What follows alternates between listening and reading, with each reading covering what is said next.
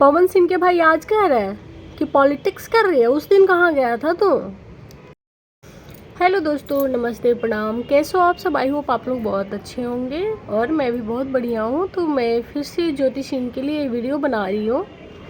तो कल बहुत सारे लोग ज्योतिषीन के पक्ष में भी हैं और बहुत सारे लोग विपक्ष भी हैं। कुछ लोगों का कहना है कि ज्योतिषीन पॉलिटिक्स कर रही है।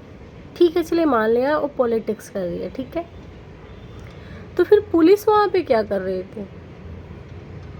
वो भी ज्योतिषी नहीं भेजी थी क्या? ठीक है, चलिए मान लिया ज्योतिषी पॉलिटिक्स में है तो पॉलिटिक्स कर सकती है, अपने वोट के लिए कर सकती है। तो फिर नीलम सिंह हमारे बीच क्यों नहीं है? नीलम सिंह पवन सिंह के बीच में क्यों नहीं है? जिसे वो देवी कहते हैं कि मेरे लिए वो देवी थी। कहाँ गई देवी? सीधा देवी बना दिया। कल हंगामे के बाद पवन सिंह के भाई, शायद ऋतिक नाम है, लाइव आया, बोल रहा है ज्योति सिंह पॉलिटिक्स कर रही है, जो चाहती थी वो कर दी। क्यों भाई, तुम लोग इतने अच्छे हो तो पहली भाभी क्यों नहीं रही तुम्हारे बीच? पवन सिंह के भाई का कहना था कि ये सब सोची समझी साजिश थी। तो सोची समझी साजिश थी तो पुलिस क्या कर रही थी वहाँ पे? पुलिस क्या कर रही थी भाई?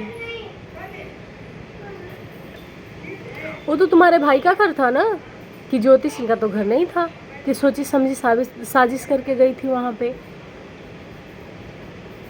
और कुछ लोगों का कहना था कि अपने माँ बाप के साथ जाती है। अपने पति के पास जाने के लिए माँ बाप की ज़रूरत होती है क्या? आप बताओ ना भाई। तुम्हारी भी एक ऋतिक, जो पवन सिंह के भाई के साथ लाइव में जुड़े हुए थे, वो कह रहे थे कि माँ बाप के साथ जाना चाहिए था। तो आप बताओ, आपकी बीवी आपके पास आती है तो माँ बाप के साथ आती है क्या? नहीं ना। तो कोई भी पत्नी अपने पति के पास माँ बाप के साथ नहीं जाती है। चलिए मान लीजिए कि इन लोग का अलग मैटर है, तो यही चाहिए होगी कि चलो पहले हम लोग अपना पर्सनल मैटर सुलझा के देखते हैं, अगर सुलझ जाता है तो ठीक है। लेकिन इसको भी लोग अर्थ को अनर्थ निकाल रहा है।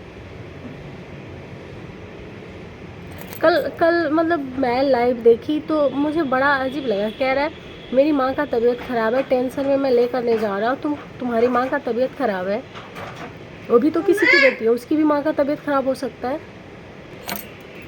तो मैं इतना ही कहना चाहूँगी कि हर चीज़ को पॉलिटिक्स के नज़रिए से नहीं देखना चाहिए, कभी इंसानियत के नज़रिए से भी देखना चाहिए। और एक औरत का दर्द को समझ के देखिए। चलिए मान लीजिए कि अगर वो पॉलिटिक्स भी कर रही है, लेकिन अगर आप एक औरत के नज़रिए से देखिएगा ना, तो शादी के बाद उसका पति ही सब कुछ होता है, क्योंकि पति के सिवा कोई नहीं होता है। और हाँ, अगर ससुराल में पति अच्छा हो ना, तो ससुराल का कोई भी सदस्य उस पर उंगली नहीं उठा सकता है। मान सकते हैं, परेशान कर सकते हैं, मैंने झेला है, परेशान किया जा सकता है, टॉर्चर किया जा सकता है। लेकिन अगर पति साथ है ना, तो पत्नी सारी मुश्किलें लड़ सकती है। तो आप लोगों से विनती है कि हर चीज़ को पॉलिटिक्स से, जातिवाद से मत जोड़िए और ज्योतिषी का साथ दीजिए।